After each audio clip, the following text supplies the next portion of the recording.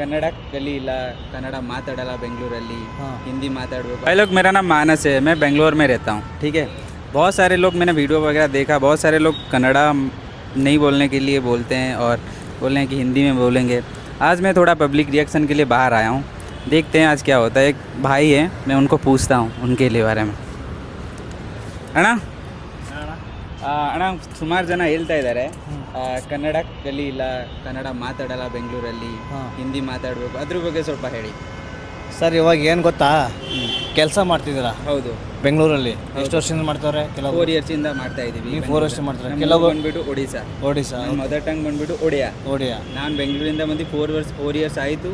ಆಮೇಲೆ ನನ್ನ ಕನ್ನಡ ಕಲಿಬೇಕು ಇಷ್ಟ ಇದೆಯಲ್ಲ, ಮಾತಾಡ್ತಾ ಇದ್ದೀವಿ. ಕನ್ನಡ ಮಾತಾಡಬೇಕು, ಕರ್ನಾಟಕ ಉಳಿಸ್ಬೇಕು. ಇನ್ನೊಂದು, ಹೌದು, ಕನ್ನಡ ಮಾತಾಡಬೇಕು. ನಿಮ್ಮ ಊರಿಗೆ ಹೋದರೆ ನಾವು ನಿಮ್ಮ ಭಾಷೆ, ನಿಮ್ಮ ಊರಲ್ಲಿ ಇದ್ರೆ ನೀರು ಕುಡಲಿ, ಊಟ ಮಾಡಲಿ, ಏನೇ ಮಾಡಲಿ ನಿಮ್ಮ ಭಾಷೆನೂ ಮಾತಾಡಬೇಕು. ಹೌದು, ಎಲ್ಲ ಲ್ಯಾಂಗ್ವೇಜ್ ಮಾತಾಡಬೇಕು. ಇವತ್ತು ಕನ್ನಡದಲ್ಲಿ, ಕರ್ನಾಟಕದಲ್ಲಿದ್ದರೆ ಕನ್ನಡ ಮಾತಾಡಬೇಕು, ಬೇಡ ಅನ್ನಲ್ಲ. ಹೌದು, ಯಾವುದೇ ತೊಂದರೆ ಇಲ್ಲ.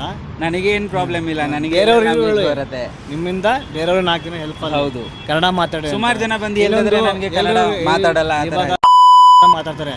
ಏನು ಗೊತ್ತಾ, ಈಗ ಗೇಟ್ ತೆಗಿಯಲ್ಲ, ಗೇಟ್ ಮೇಲೆ ಅಂದರನೇ ಚೋಡ್ತಾ. ಹೌದು, ಅಪಾಯಿಂಟ್ಮೆಂಟ್ಗಳಲ್ಲಿ ಎಲ್ಲೇ ಆಗಲಿ ಮಾತಾಡಕ್ಕೆ ಹೋಗ್ಬೇಡಿ ಅಂತೇಳಿ.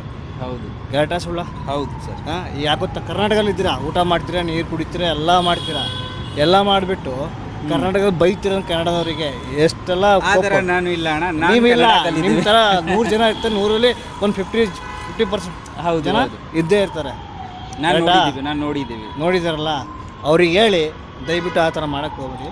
भाई आप लोग रिक्वेस्ट करता हूँ, सब लोग एटलीस्ट कन्नड़ा थोड़ा बहुत सीखो, तुमको हेल्प होता है। Thank you अಣ್ಣ।